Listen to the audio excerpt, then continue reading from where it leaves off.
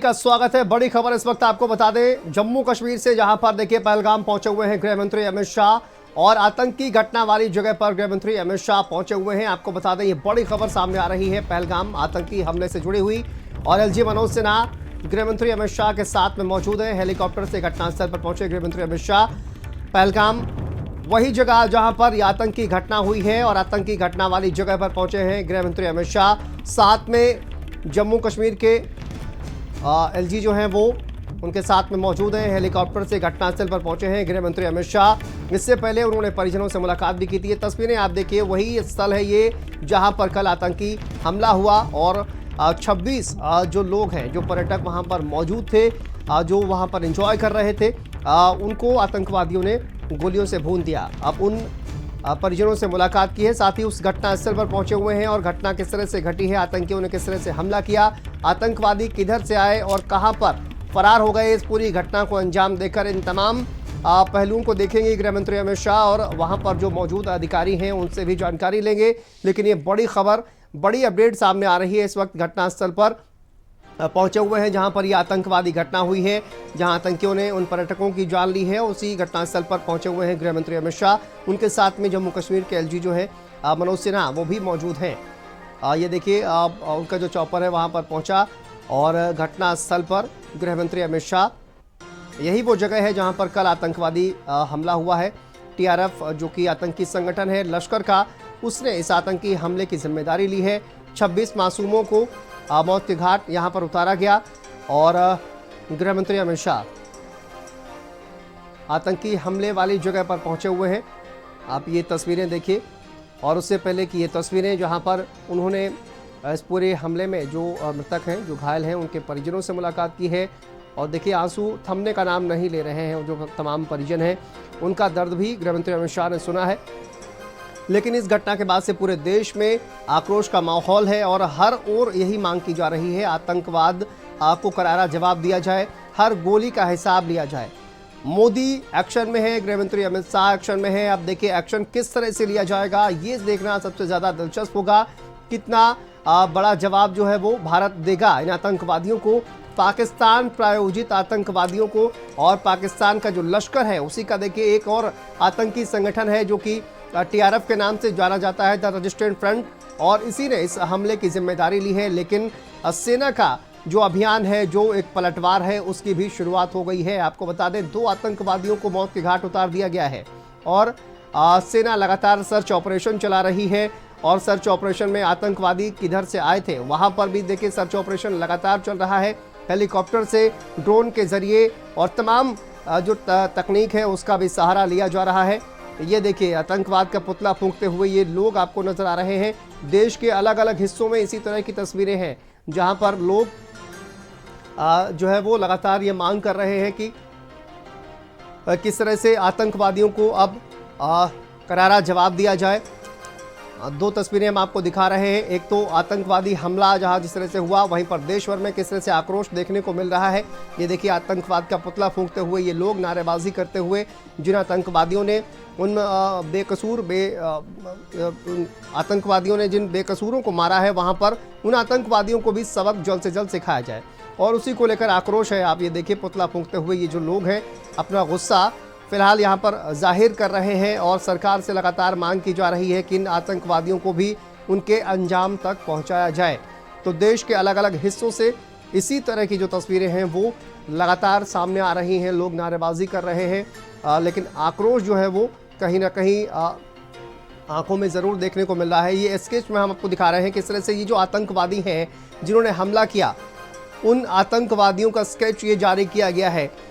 ये स्केच देखिए भारत समाचार पर आप देख रहे हैं, स्केच जारी किया गया है। और जो वहाँ पर तमाम चश्मदीद थे जिन्होंने इन आतंकवादियों को देखा और किस आधार पर ये जो आतंकवादी हैं उनका स्केच जो है वो जारी कर दिया गया है। चलिए इसी पर बात करेंगे। हमारे साथ 2 खास मेहमान जुड़ गए हैं। वीएन झा साहब हमारे साथ जुड़ गए हैं, रक्षा विशेषज्ञ, और हमारे साथ विदेशी मामलों के जानकार संजीव श्रीवास्तव जी हमारे साथ जुड़ गए हैं। आप दोनों का बहुत स्वागत है। सबसे पहले वीएन झा साहब, आप ही से सवाल करूंगा। सर, ये तो आतंकी हमला हो गया है, अब भारत किस तरह से जवाब देगा और कितना बड़ा ये जवाब होगा, क्या लगता है आपको, कैसे भारत अब जवाब देगा? शांतनु जी नमस्कार। आपके चैनल के माध्यम से मैं अपना अपनी संवेदनाएं व्यक्त करता हूँ। इसका कोई कोई इसका प्रतिरोध करे या ना करे, पूरे देश को आज इस घटना से प्रतिरोध है। एक और चीज मैं आपको बता दूं कि जब जी। अभी हम लोग डिस्कशन करेंगे तो बात आएगी कि ये अटैक किसने किया है। बात आएगी जिहादियों की। मैं हम्म। पहले ही आपको ये क्लियर कर दूं कि सारे जिहादी मुसलमान हैं, लेकिन सारे मुसलमान जिहादी नहीं हैं। तो जब भी हम लोग बात करेंगे तो कोई अन्यथा ना समझे। तीसरी चीज, ये जो घटना हुई है, एक एक को चुन चुन के मारा गया है, जो जिन्होंने कहा कि वो हिंदू हैं या जिनका नाम हिंदू है। मतलब ये अटैक हिंदुओं पे और हिंदू धर्म पे है, क्योंकि उनको बताया गया है कि मोदी को बता देना। इसका मतलब ये बड़ा साफ है हम्म। कि ये लोग जिन्होंने अटैक की है या करवाई है, ये हिंदुओं से इनको घृणा है, हिंदू धर्म से घृणा है। पाकिस्तान तो इसमें लिप्त है ही है, हम्म। लेकिन अपने देश के अंदर में भी उन शक्तियों से के ऊपर में ध्यान रखें जो कहते हैं हिंदू जो हैं वो मलेरिया और मच्छर हैं। जो हिंदुओं के मरने पे पश्चिम बंगाल में कोई एक डायन या चुड़ैल है जो नाचने लगती है खुश होके। जो जिहादी हैं उनके गोद में बैठने के लिए बहुत सारे पॉलिटिशियंस हैं। जी। हमारी दुर्गा माता जो शक्ति का जो जो जो प्रतीक है, उसके खिलाफ कुछ लोग लड़ते हैं। तो ये कुछ लोग यहाँ पे हैं जिनको कि हिंदुओं से घृणा है, हिंदू धर्म से घृणा है। अब ये जो जिहादी अटैक हुई है, ये जिहादी एक मानसिकता है। और आज के दिन में हम थोड़े से 30 सेकंड और मैं लूंगा, आज के दिन में हम इस चीज से भी बिल्कुल सतर्क रहें कि एक और जहां पाकिस्तान में वो तंत्र है जो यहाँ पे जिहादी गतिविधियां भड़का सकते हैं, हमारे यहाँ पे बंगाल से सटे जो बांग्लादेश है, वहां भी एक तंत्र है जो हमारे लोगों से घृणा करते हैं। और आपको पता होगा, जब से ये बांग्लादेश में टर्मोइल शुरू हुई, तब से आईएसआई के चीफ बांग्लादेश गए हैं, उन्होंने वहां के जिहादियों से भी बातें की है। तो हम ये ऑप्शन खोल के रखें कि ये जो जिहादी आए हुए हैं, ये हमारे पूर्वी बॉर्डर से भी आ सकते हैं, और पश्चिम बॉर्डर तो खैर इसके अंदर में है ही। तो ये सारी चीजें आज के दिन में हुई हैं। मेरी फिर से संवेदनाएं हैं उन सबों से।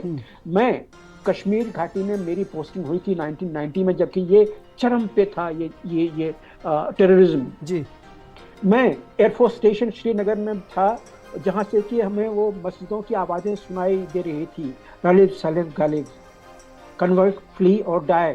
जी, तो हमने वो दिन देखे हुए हैं। हमें अपने हिंदुस्तान नहीं होने की और भारतीय वायुसेना में होने की थोड़ी सी एक संवेदना होती थी, कचोट होता था दिल में। हमने वो दिन देखे हैं। आज का कश्मीर काफी अलग है, लेकिन जिहादी तो वही हैं जिन मस्जिदों से सर, वो आवाजें चूंकि आप देखिए वहां पर आपने कहा कि आपने काफी वक्त बिताया है। हमें ये नहीं पता है कि किस तरह से भारत रिटेलिएट करेगा, क्योंकि इससे पहले भी भारत ने इस तरह के हमलों को अंजाम दिया है। अब मैं आपसे ये जानना चाहता हूं कि देखिए सर्जिकल स्ट्राइक वहां पर हुई है, एयर स्ट्राइक वहां पर हुई है, लेकिन भारत जो है किस तरह से हमला करेगा ये हमें नहीं पता है। वहां पर जो तमाम एक्सपर्ट्स हैं वो इस पर फैसला लेंगे। लेकिन मैं ये जानना चाहता हूं कि भारत अगर इस हमले का जवाब देगा तो हमला कितना बड़ा होगा, पाकिस्तान को उसका कितना आघात पहुंचेगा, आतंकवाद को उसका कितना आघात पहुंचेगा, क्योंकि देश भर में गुस्सा है सर इसको लेकर।